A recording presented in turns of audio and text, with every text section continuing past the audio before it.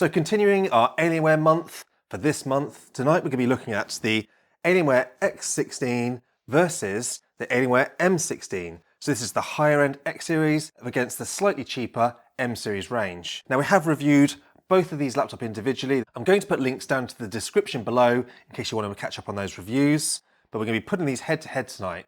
Now unfortunately, these aren't equal on the specs front, so I cannot give you exact frames per second on both these machines for the same spec. But what we can do is we can look at the thermal output on these machines so we can give you an estimation. Now if I did spec up the M16 exactly the same as the X16 I reviewed, there's about £300 in the UK difference between the two. So that's quite a saving on the M16 for the same hardware. So we're going to have a quick look at what we're going to be saving by moving from this premium X16 to the slightly more affordable M16 range. Now I'm just going to quickly mention the specs in case you haven't actually seen the reviews. The X16 has got the i9-13900HK CPU with 14 cores and 20 threads. The M16 has the HX range of CPUs. Now I've got the 13700HX here, which actually got 16 cores in it, so more than this i9 processor. But you can also get the i9 in this one, which has got the 24 cores, 32 thread model, which is the one I would probably recommend if you're buying this as a primary gaming laptop. Now the X16 has the 4080, whereas on the M16 I bought the 4060 because I wanted to test how well the 4060 performed in these chassis. We've got 32 gigabytes of DDR5 6000 megahertz in the actual X series range, whereas on the M16 you can configure RAM. Now I've chosen 16 gigabytes, but it's socketed so I can easily upgrade that myself. And again, with the SSDs, I've got 1 terabyte in this model and it's got 2 slots, whereas on the M16, I've got 512 gigabytes and it has 2 2280 slots. And if you upgrade to the higher end versions of these, you also get 2 2230 slots, but we'll look at that at the internals. So with specs out of the way, let's have a quick look around these two laptops. Now straight away you can see there's a massive difference in colour. With the X series this year, the X16, we've got a very strange new colour scheme. We've got the old lunar light vents that we had from the X15 and X17 last year, but now we have this aluminium lid and the dark side palm rest. Whereas on the M16, we've got the dark side of the moon pretty much all over. So we've got the metallic look of this dark side, and it is metal on the upper and lower chassis, which is nice. On the palm rest, we've got the soft touch on this model, whereas we've got just metal on the X16. So this will probably be a plastic dipped with the soft touch coating to obviously save a bit of cost. But in my opinion, just aesthetics wise, I prefer the look of this M16 over the more premium X16. This just looks a bit of a mishap to me, with a real random mix of colour and material choices, and I'm not quite sure what Alienware were trying to achieve with the look on this model. Now obviously the X16, being the more premium, is very slightly thinner than the M16. As you can see side by side, it is chunkier on the M16, but not so much that it's going to be bothersome in my opinion. Now both of these have pretty much the same depth, with the vents that jut out the back, making these slightly larger than other more compact 16-inch laptops. But one of the advantages I think of the M16 over the X16 is they've got ports on the back of these, but the X16 has the headset, a USB and an Ethernet on the side, whereas all of the ports are on the back of the X16. Now again, some strange choices by Dell. Firstly, why do you put all the ports on the back of the X16, including the headset, which is a very strange choice to me. And with the M16, and a very strange choice, why put the Ethernet on the side and a full-size SD card reader on the back, where you're more than likely to be plugging in and out cards than you are going to be an Ethernet port. I don't know who actually designed these machines, they clearly don't use them. Now with regards to the actual ports themselves, they've got pretty much identical number of ports with 2 USB-A, a Thunderbolt 4, a USB-C, a mini display port, an HDMI 2.1 and a headset jack. But the X16 has a micro SD card slot reader, whereas the M16 has a full-size card slot reader, and the M16 has that Ethernet jack, which is a big plus for the cheaper range. Now before we open these up, I want to quickly talk about the RGB, and this is an area where it's a clear win for the X series over the cheaper M16. So if RGB is something that's going to bother you, you're going to be wanting to look at this one. It's got a beautiful mini LED Tron ring right around the back, which is completely customizable, and a load of zones for an amazing looking effect at the back of this laptop. whereas the M16 has very much like the old-fashioned style of Tron ring with just a single colour that goes right the way around the ring. They both look great, but it is absolutely dazzling on this X16. Also, they've both got the RGB alien heads, and when we open it up, they've both got a per-key RGB keyboard, but the X16 also has that RGB touchpad. So if your RGB is your thing, then you might want to be looking at the actual X16. So now we're going to look at the decks and we're going to work away from the bottom up to the top of these laptops to show you the differences. And obviously the first difference we're going to talk about is the actual touchpads. I've already mentioned that the X16 is lit, whereas the M16 is not. But also we have a glass touchpad on the X16, whereas on the M16, there's just a plastic touchpad. It doesn't feel quite so premium, but it gets the job done and tracks and clicks very well. So not as nice feeling, but they're both functionally as good. They're very similar sized trackpad. And let's be honest, with most gaming laptops, you're probably going to be using a mouse most of the time anyway. Now, as we move up to the actual keyboards, you'll see we've got exactly the same keyboard on both these machines here. Now, I love these Alienware keyboards. They come in either mechanical or a scissor switch, and even the scissor switch keyboard feels incredible with the pressure and the sort of tactile response, making them both a great typing experience. And if you do want that mechanical, you have that choice of the clicky mechanical blue, which feels like a cherry blue switch. Now, I've just gone for the scissors this time around, but I have covered those blue switches before, and I do love them as well. Now, you can see on the Alienware X16, we've got speaker grills either side of the keyboard, whereas we do not on the M16. That's because we've got a much beefier sound system with 6 speakers in this X16, whereas only 2 speakers in the M16. Now, here's a sample of what they both sound like. So this is the speaker test of the Alienware X16 versus the M16. They're going to start at 50% volume, and they've both got the same music equalizer selected. Here we go.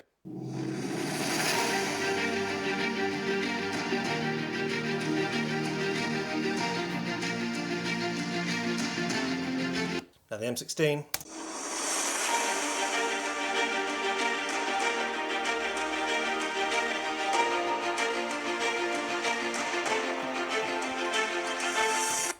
Now 80%.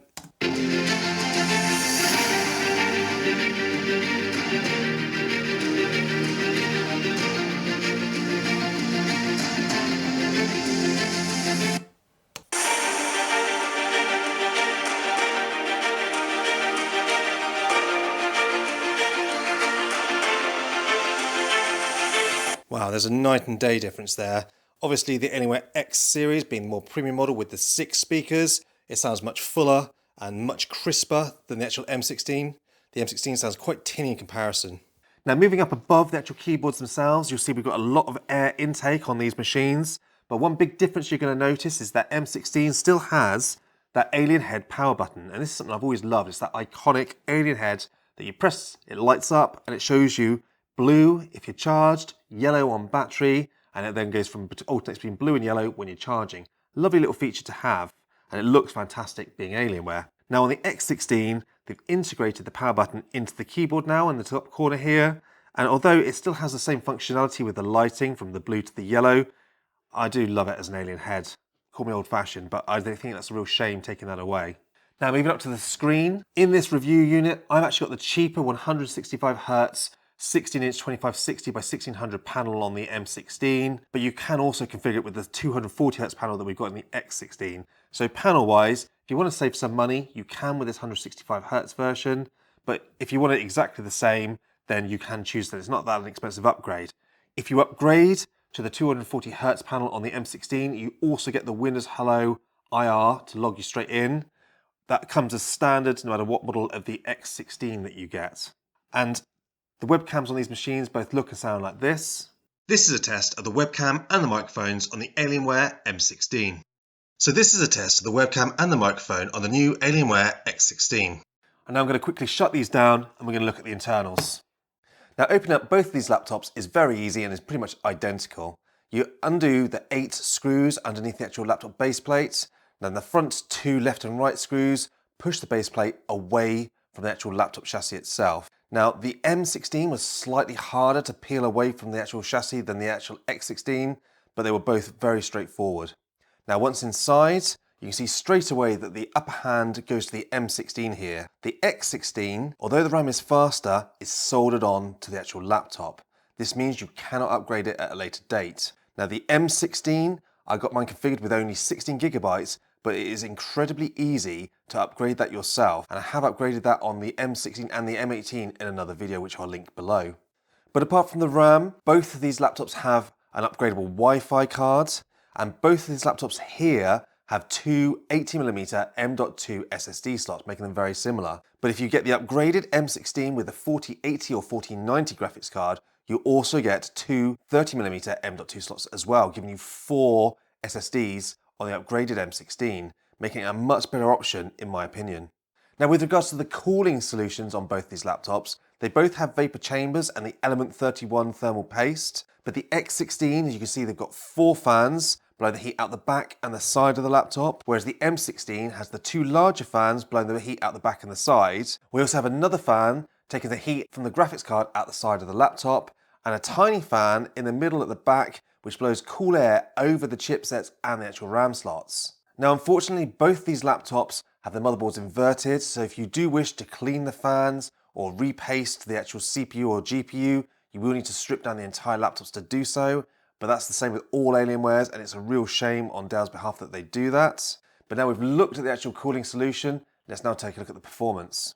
Now as I mentioned earlier on, I haven't got these machines like for like, so I'm not going to be just talking about pure benchmarks, but I will mention on the CPU side of things. Now the M16 gets the better HX range of chips. Now we've got the i7 in the M16, this is the cheaper model, and it has 16 cores, and it's also unlocked, whereas the X16 has the i9-13900HK CPU, which only has 14 cores. Now it will boost slightly higher than the actual M16 i7, but those extra 2 cores make a big difference. And when we're running the Cinebench R23 multi-core score, we've got 20,000 on that X16, or 21,000, which is about 5% more on that cheaper i7 on the M16. Now with that M16, you could also have the i9-13900HX, which has 24 cores, giving you nearly 30,000 points on that CPU. So that's a massive upgrade, and definitely one that I would pick if I was buying this M16 for me. With regards to the other benchmarks like Geekbench, they are very similar,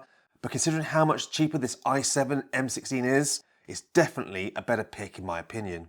Now moving across to the GPUs, we've got the 4080 in the X16, which is clearly going to be a lot more powerful than the 4060 we've got in this M16. Now both of these laptops are available with the 4060, 4070, 4080 and 4090, and they've both got a similar power budget for those GPUs. So with regards to the GPUs on each of these machines, they will perform very, very similarly. Now I'm not going to be putting benchmarks side by side between these two machines because it would be unfair with the M16 having a much lower tier graphics card. But what we will talk about is the actual gameplay experience on both of these machines.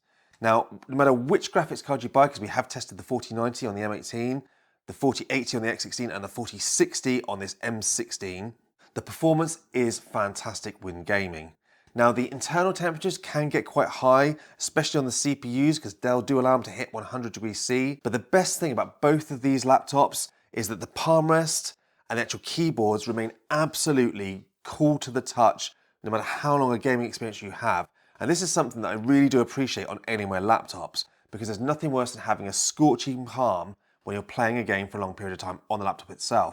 Now, as both these machines have the same screen, a same keyboard, and a very similar touchpad, the gameplay experience between the two of these machines is almost identical. So for actual gaming on these laptops, it doesn't really matter which one you choose. It's only that CPU performance that is better on the M series because of the HX CPU. So if you're planning on gaming and doing some extra multi-core work, it's definitely worth picking up the M series with that i9-HX CPU.